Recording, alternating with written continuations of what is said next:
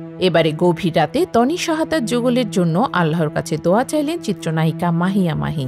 নিজের সংসার ভেঙেছে 2 বার, কিন্তু আরেকজনের সংসার যাতে না ভাঙে 2 হাত তুলে সে দোয়াই করলেন চিত্রনায়িকা মাহিয়া মাহি।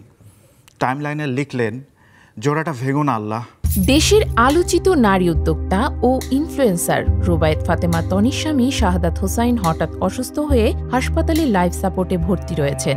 তনি ও তার স্বামীর মধ্যকার বয়সের ব্যবধান নিয়ে সবসময় সমালোচনার শিকার হয়েছেন তিনি। ফেসবুক লাইভে এলে নানা রকম ট্রলের মুখে পড়েন এই নারী উদ্যোক্তা। এসবে তার কোনো তোয়াক্কা নেই। তিনি দিন শেষে নিজের ঘরে শান্তিতে থাকতে চান বলেই অভিমত দিয়েছেন নানা সংবাদ মাধ্যমে। তনি স্বামীর অসুস্থতার কথা সামাজিক মাধ্যমে জানালে শুভাকাঙ্ক্ষীদের বার্তা পেয়েছেন অনেক। এবারে গভীর রাতে তনি শাহাদাত যুগলের জন্য আল্লাহর কাছে দোয়া চাইলেন চিত্রনায়িকা মাহিয়া মাহি।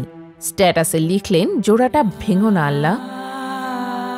বর্তমানে ব্যাংককে স্বামীর চিকিৎসার জন্য অবস্থান করছেন তনি। সবকিছু অনিশ্চিত জেনেও কষ্ট করে যাচ্ছেন তিনি। সবার কাছে চাইলেন দোয়া।